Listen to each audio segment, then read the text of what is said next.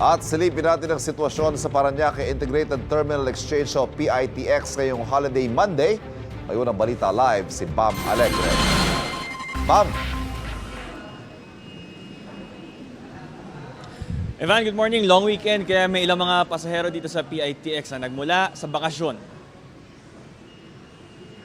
Nakausap natin yung pasahero na si Karen Senosin na kakagising lang at kakababa lang ng bus mula sa biyahe niya sa Bicol dito sa Parañaque Integrated Terminal Exchange o PITX. Banayad at mabilis daw ang kanilang biyahe ngayong holiday. Nakausap din natin ang isa pang turista, si Vilma Osorio, na nakarating naman mula Catanduanes.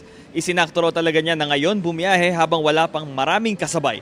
Hindi rin siya nakaranas ng anumang aberya. On schedule, lahat ng mga biyahe sa PITX at nakaalis on time ngayong umaga ang mga biyahe mapanorte tulad ng Baguio, Nueva Ecija at Olongapo o mapa-south katulad sa Batangas at Cavite ayon sa pamunuan ng PITX. Nananatili ang kalidad ng seguridad sa busport kabilang na ang baggage check at routine patrols. Pakinggan natin ang pahayag ng mga nakausap nating mga pasahero. Kasi po ubusan po ng ticket ngayon eh. Yun po, para hindi na po masyadong traffic. Tapos na yung biyahe? Ay, ayun po, okay naman po yung biyahe. Hindi naman po siya super traffic. Kakagising lang din. Medyo okay pa po, hindi pa crowded.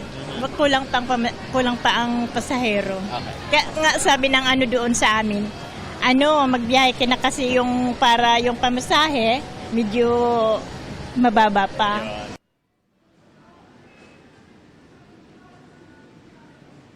So Evan, damang-dama yung holiday vibe dito sa ating likuran. Wala gaano masyadong pasahero sa ngayon. And patuloy rin yung pagdating ng mga biyahero na galing sa kanilang mga destinations. Ito ang unang balita mula rito sa PITX. Bam Alegre para sa GMA Integrated News.